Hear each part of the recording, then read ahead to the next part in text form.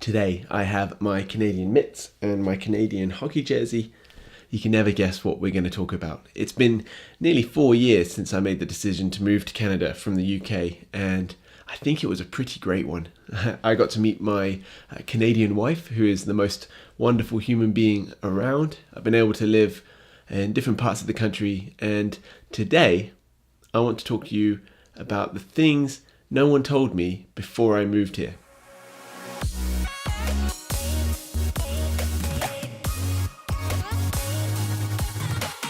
In true British fashion, the first thing we have to talk about is the weather.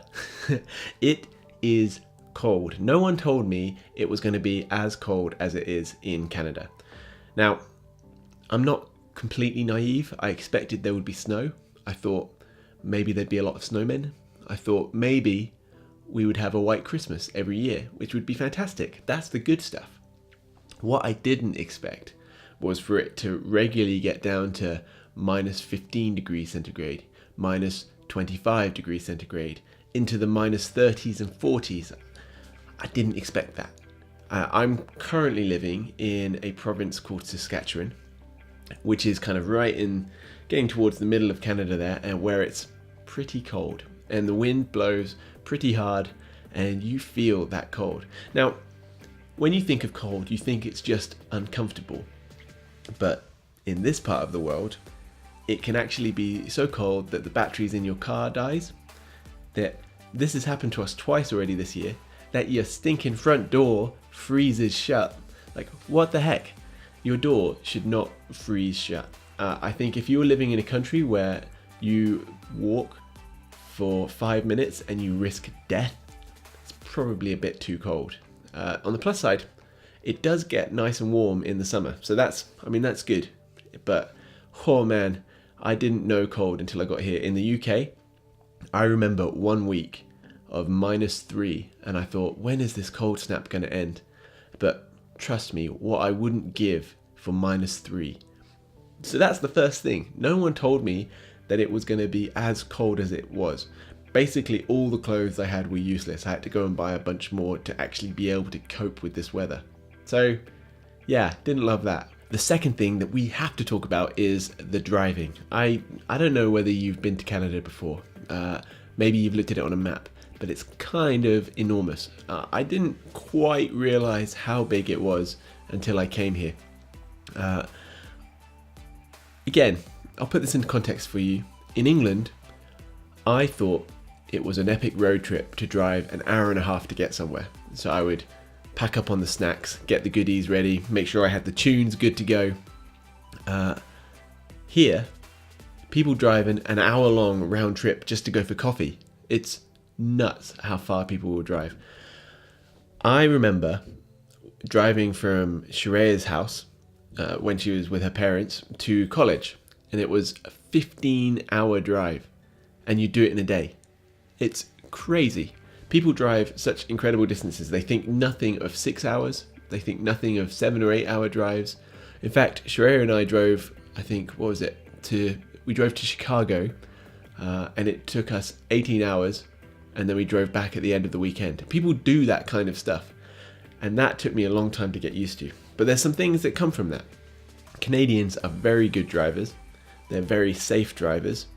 They have ridiculously slow speed limits, but they're safe, so that's pretty good. And yeah, they're generally better with their cars. They take much better care of their cars than we did in the UK. But oh man, no one told me that those distances would be so far. Next, we have to talk about culture. Now, Canada is this interesting middle ground between the United Kingdom and the United States, and yet it kind of works. It somehow takes the best of both, which is weird because Canada doesn't have the rich history that we have in the UK and that kind of singular cultural identity. But what it does have is this amazing mixing board of cultural heritage from Europe and from more recently much further afield as well, to create this kind of unique Canadian identity in a weird way. It's really great. I just don't understand it.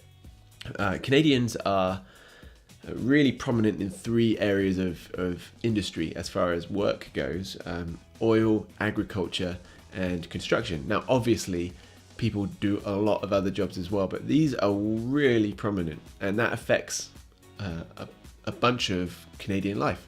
Canadians, for example, are much more do-it-yourself minded than I think I was used to in the UK. For example, I had never really looked at my car. I barely knew how to check my oil. But here, people are crazy good with their cars. Like I said the other day, someone just casually helped me change the battery in my car and things like that, which is probably easy for you, but for me that was nuts. They do their own renovations, for example, and part of that is because their houses are made of wood as well rather than brick. I was joking around with my wife. I said to her, have you ever heard the story of the three little pigs? Because one pig built his house out of straw, one built his house out of sticks, and one built his house out of bricks. Now, you know that the wolf blew down the first two houses, right? The house with the brick is the one that stood. And Sharia turned to me and said, well, in Canada, we would just shoot the wolf. And there's kind of an element of truth in that, and I love that answer. I thought that was the genius answer. That's how I knew that that was going to be my wife. But the thing is, Canadians are much more into hunting as well. That's another thing. That is not something that I think would fly as much in the UK, mainly because in the UK we had fox hunting, which is still seen as horrendously negative because it's done for sport. Here, people legitimately hunt for food, and they make the most of every little piece of the meat that they can get. And it permeates itself into a lot of different things as well. Even our weddings are different as a result of Canadian culture. So the wedding that we had is very different to what it would have been if it was in the UK.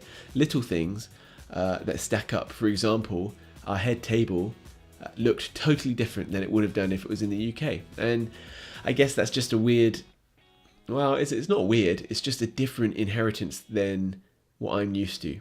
The last thing that no one really prepared me for in coming to Canada was the Canadian approach to nature. Now, Canada is, without a doubt in my mind, one of the most staggeringly beautiful places in the world. I love it here. British Columbia in particular, where I lived for nearly 3 years, is just gorgeous. There's mountains, there's lakes, there's all the kind of natural beauty you can possibly imagine. The prairies, Canadians don't seem to think very highly of the flatlands of the prairies, kind of east of Alberta, but I love it. I think in the summer, when the fields are growing, it just looks incredible. Canada doesn't have the kind of man-made monuments and landmarks that other countries do, but it is a beautiful place. And I think for that reason, Canadians spend a lot of time outdoors. People love their hiking and camping and hunting and all these things. Now, I don't really get that in the winter. Obviously, people don't really do that because it's too cold. But in the summer, the weather is phenomenal as well. It's kind of a trade-off. You get really, really cold or really gorgeously hot. And in the summer months, this is a wonderful place to spend out in nature. In England, I was much more content sitting with a friend playing FIFA on the Xbox than I was going for a walk. But here, it was something that it took me a while to get used to, but it is so worth it. How can you not spend time in nature when it looks as good as it does here? So there you have it. There's my short list of things that no one told me before I moved to Canada. I hope you found this helpful or insightful in some way. If you did, feel free to subscribe. I would love it if you did. Otherwise, hopefully I'll see you in the next video.